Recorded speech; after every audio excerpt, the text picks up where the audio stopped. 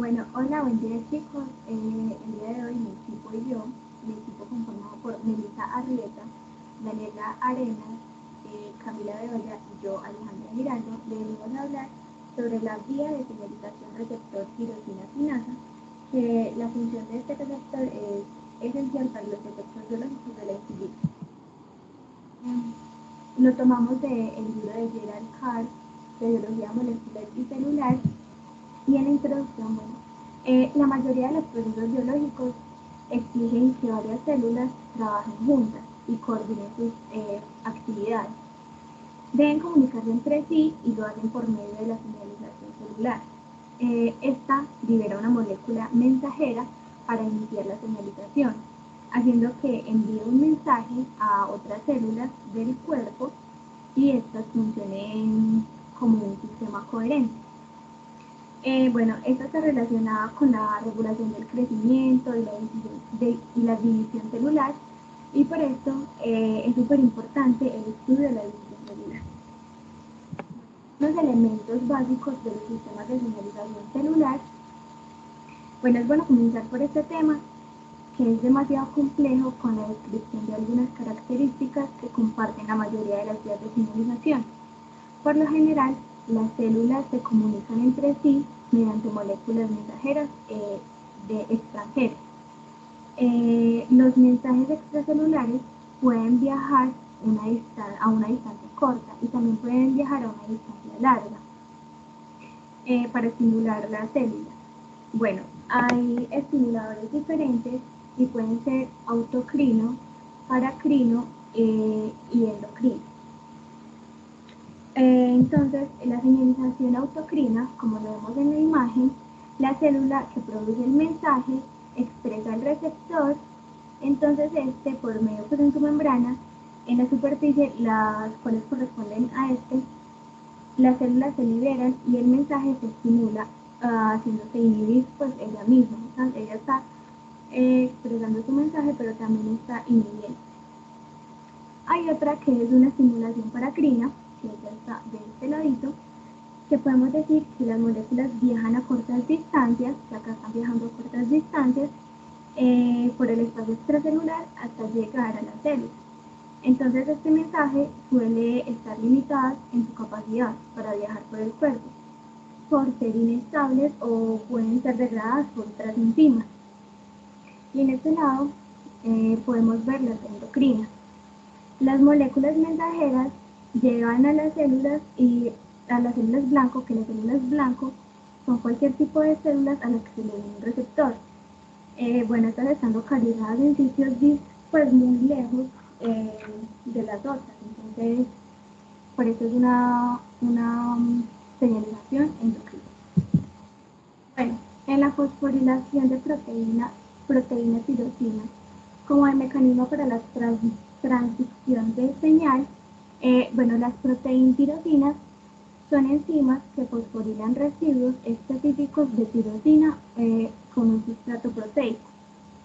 La fosforilación de esta proteína es un mecanismo para la transducción de las señales. En el genoma humano se codifican más de 90 diferentes proteínas tirosinasas. Estas participan en la regulación del crecimiento, en la división celular, en las diferenciaciones, entre otras cosas. La expresión de estas que contengan muchas mutaciones no pueden regularse y mantener su actividad normal, constante. Entonces, estas causan una división celular descontrolada, lo cual también podrán causar cáncer, como leucemias, perdón, como leucemias, porque no están regulando la proteína. Entonces, estas proteínas tirosinasas pueden dividirse en dos grupos. Las RTK, que son las proteínas tirosinasas receptoras, que son como las proteínas integrales de las membranas, contienen un dominio de unión y se activan en forma directa por factores de crecimiento y diferenciación extracelular. Algunos factores de crecimiento para estos pueden ser epidérmicos y también derivados de plaquetas. Bueno, o como la insulina, que es un regulador de los metabolitos.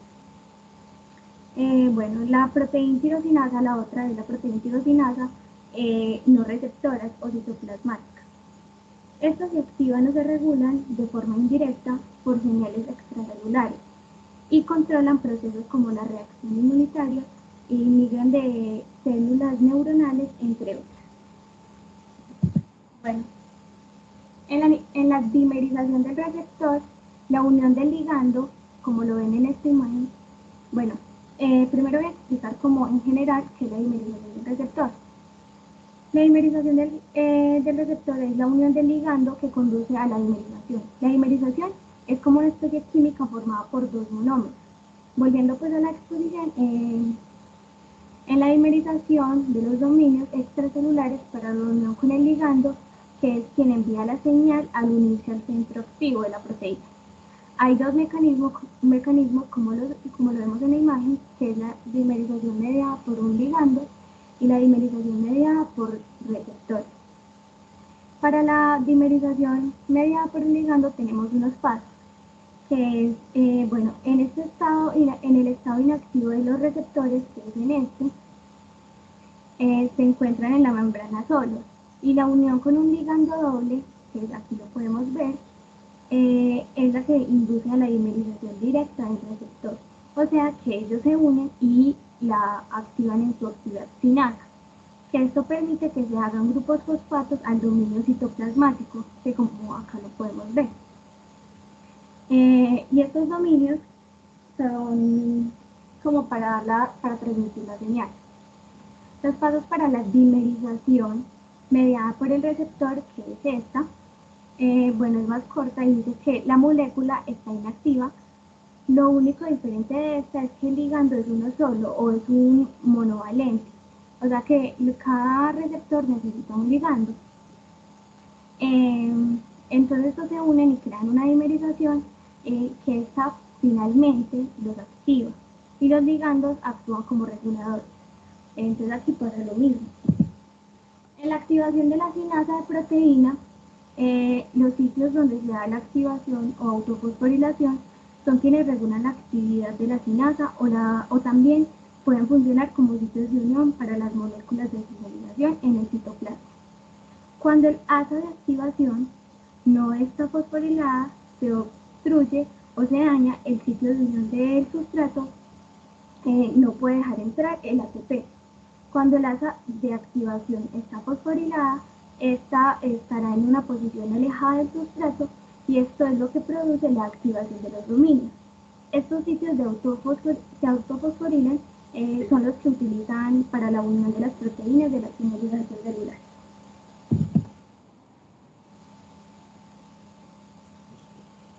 Bueno, las interacciones proteína-proteína dependientes de la fosfotirosina.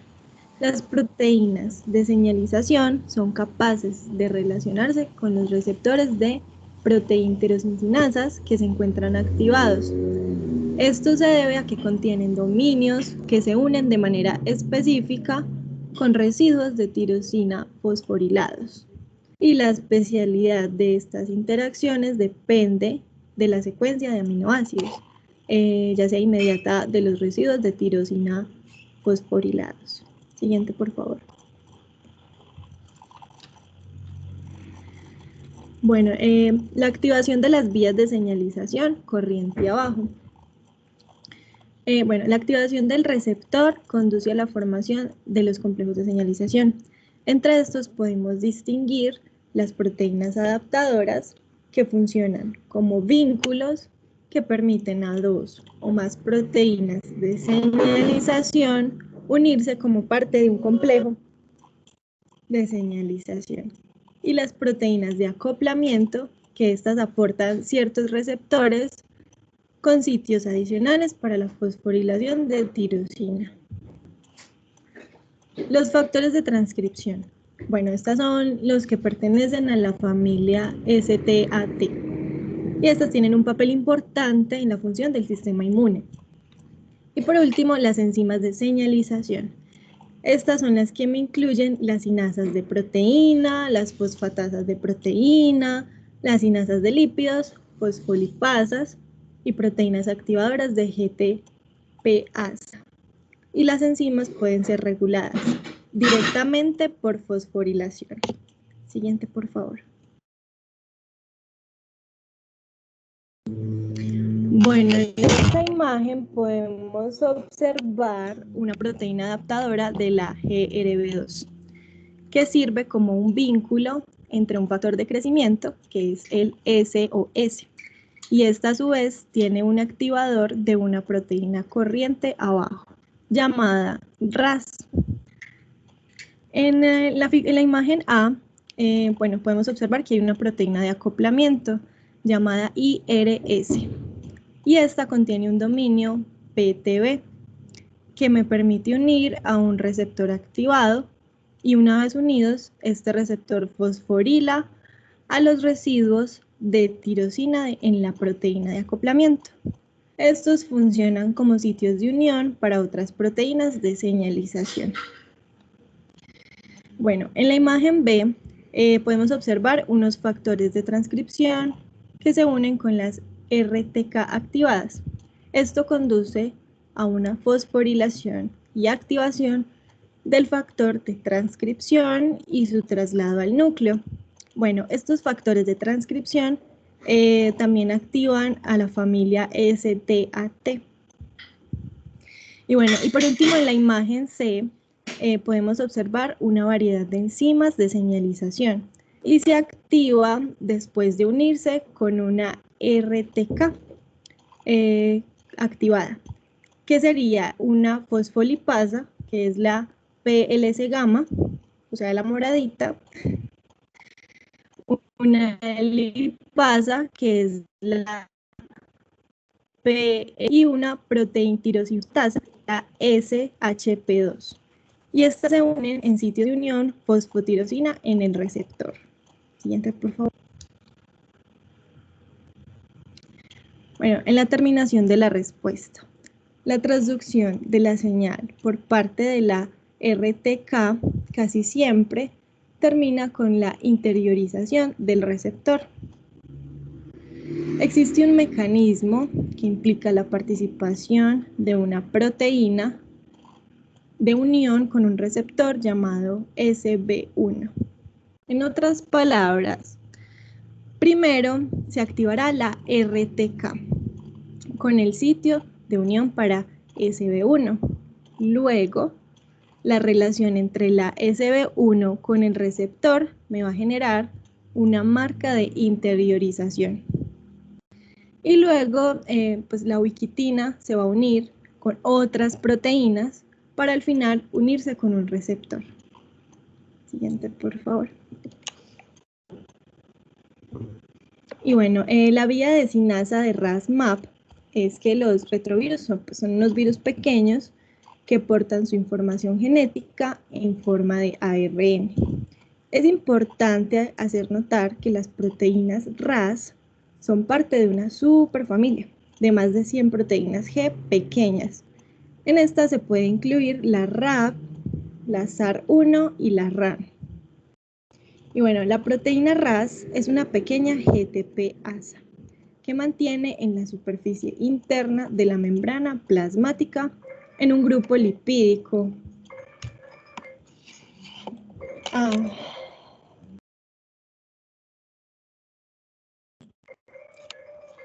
Y bueno, en un grupo lipídico que se incrusta en la hoja interna de la bicapa. Y bueno, las proteínas RAS se encuentran en dos formas distintas. Una que está activada, que se encuentra unida con una GTP, y una que está inactivada, que está unida con una GDP. Siguiente, por favor.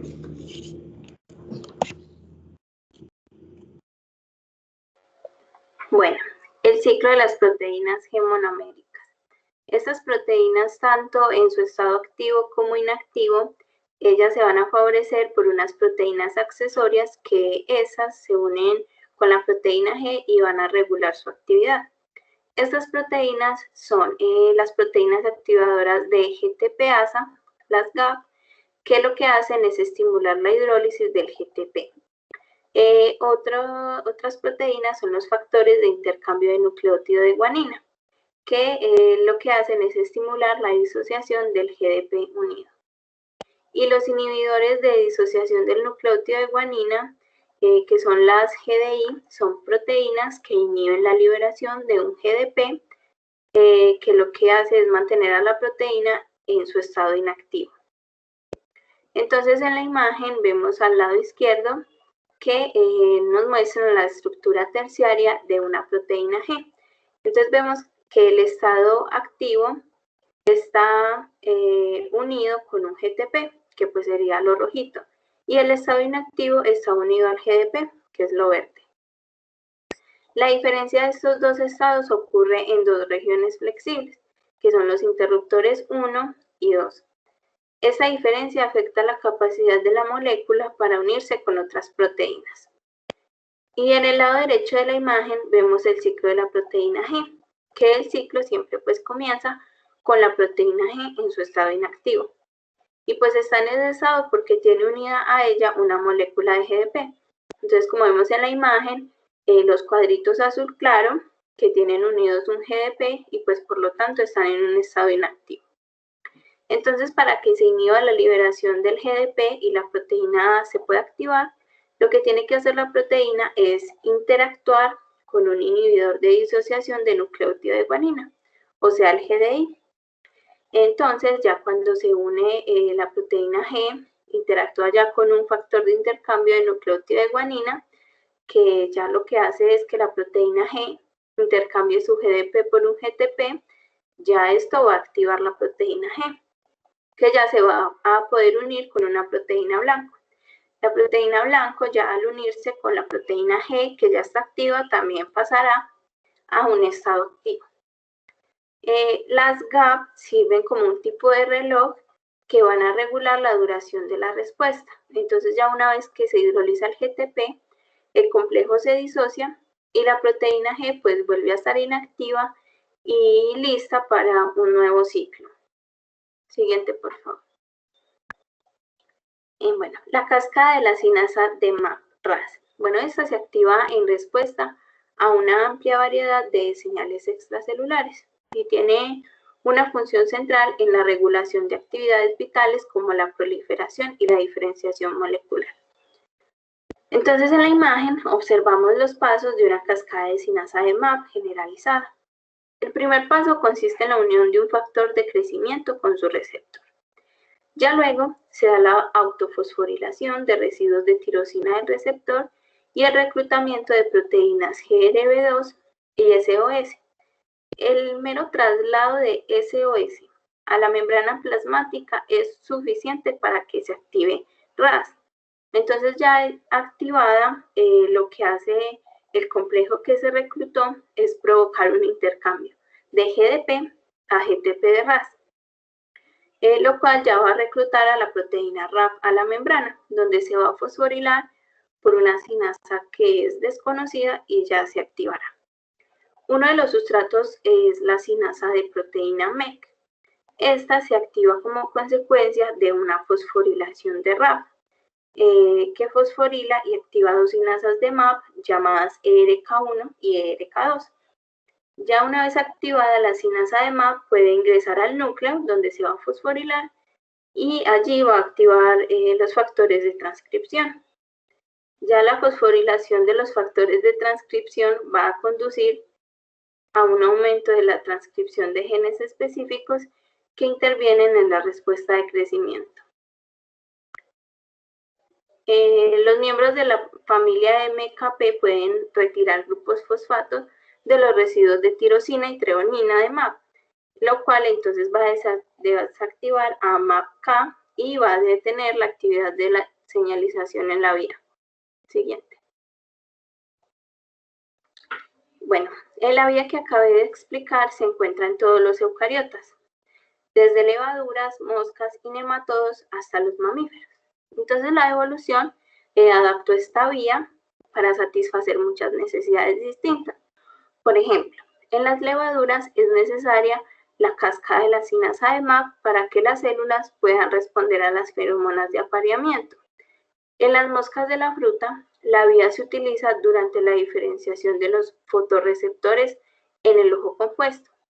Y en las plantas con flor, la vía transmite señales que inician una defensa contra patógenos. Hasta ahora se han reconocido estas proteínas diferentes en los mamíferos, las que vemos ahí, 14 MAPKK, 7 MAPKK y 13 MAPK.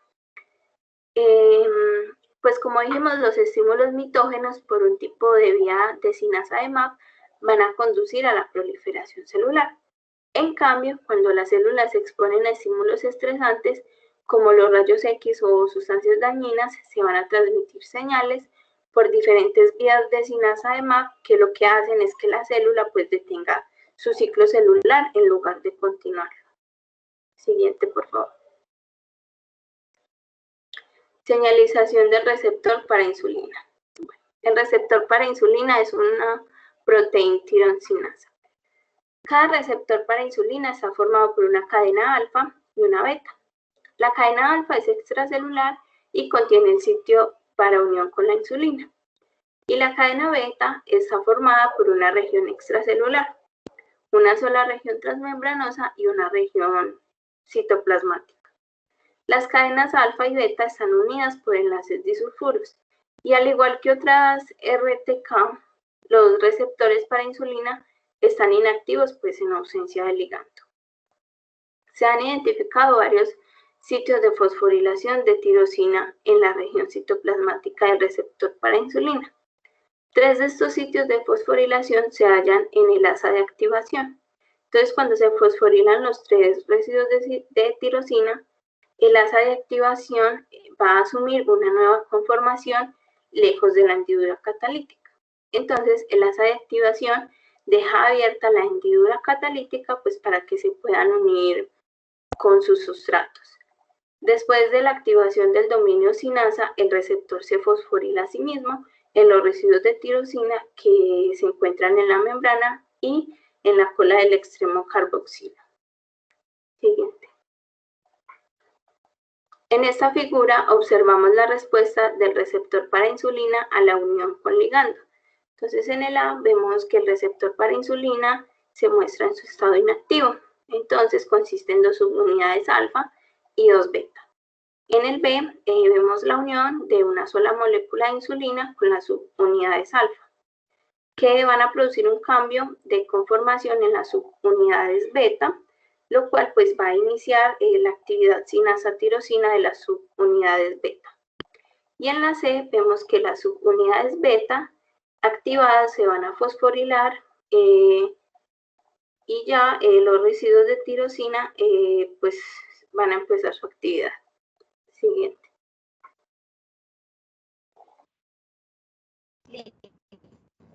Sustratos 1 y 2 del receptor de la insulina.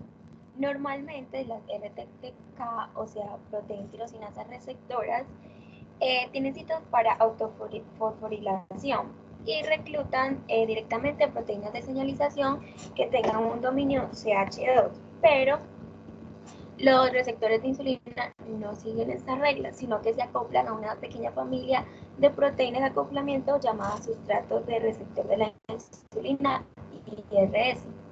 Normalmente hasta ahora se han identificado o hallado 4 miembros de esta familia, pero con base en los resultados se cree que la IRS1 y 2 son las más importantes para la señalización de la insulina. Siguiente, por favor. En la parte de la imagen A observamos un IRS.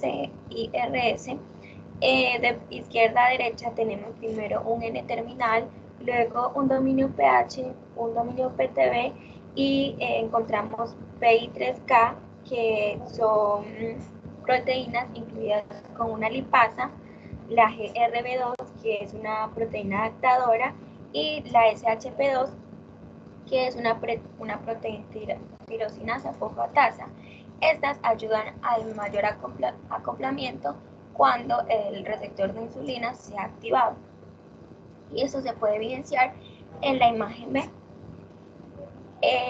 También tenemos que ahí la enzima 3-sinasa de Pi tiene unos, ¿cómo se dice? Unos productos.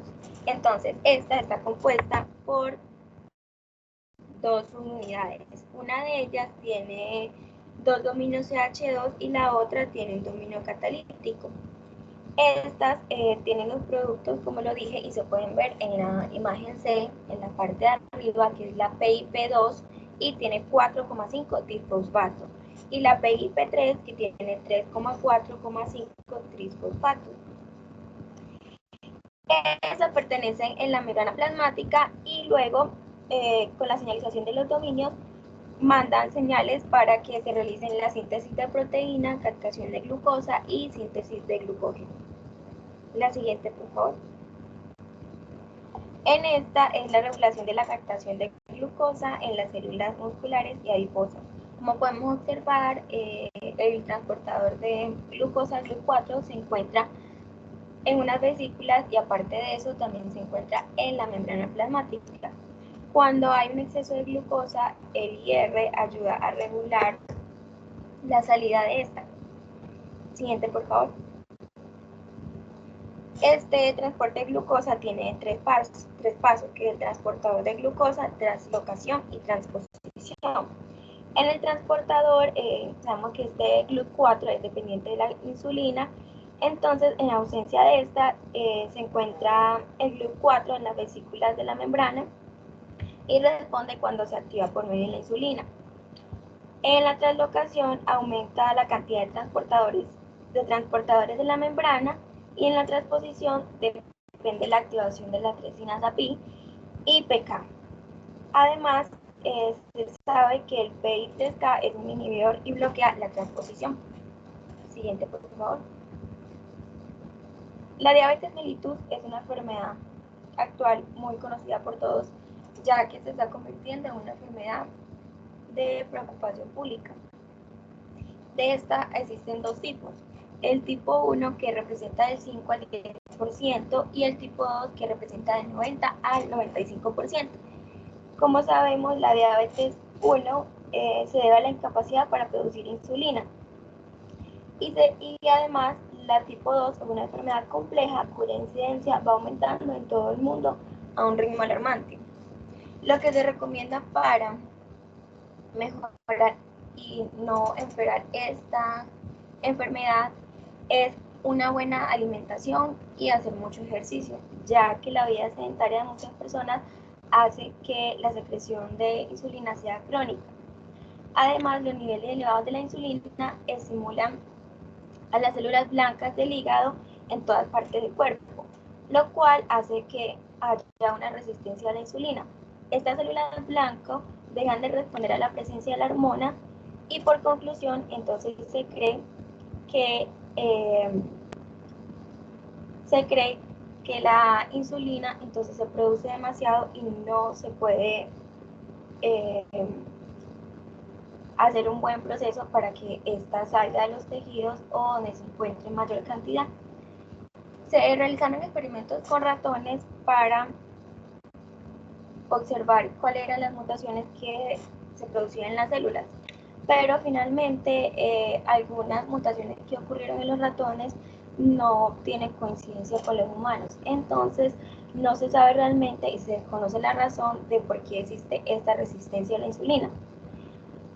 Entonces, como sabemos, la concentración alta de glucosa sanguínea estimula la secreción adicional de insulina en el páncreas, mientras el cuerpo intenta aumentar la captación de glucosa en los tejidos. Este círculo vicioso de resistencia periférica de insulina conduce a la destrucción de las células beta del páncreas. Se cree que una de las medidas terapéuticas consiste para prevenir la resistencia a la insulina en volver más sensibles estas hormonas a la glucosa y a su vez a la insulina, para que puedan captar y reconocer cuando el cuerpo está excedido en glucosa o cuando está perdiendo de más, y así esta enfermedad se pueda solucionar. Pero hasta entonces los experimentos con ratones no han tenido realmente mucha impresión en el medio porque no son los mismos genes en los ratones que los nuestros y no nos ayudan a saber mucho más de la enfermedad. Muchas gracias por su atención.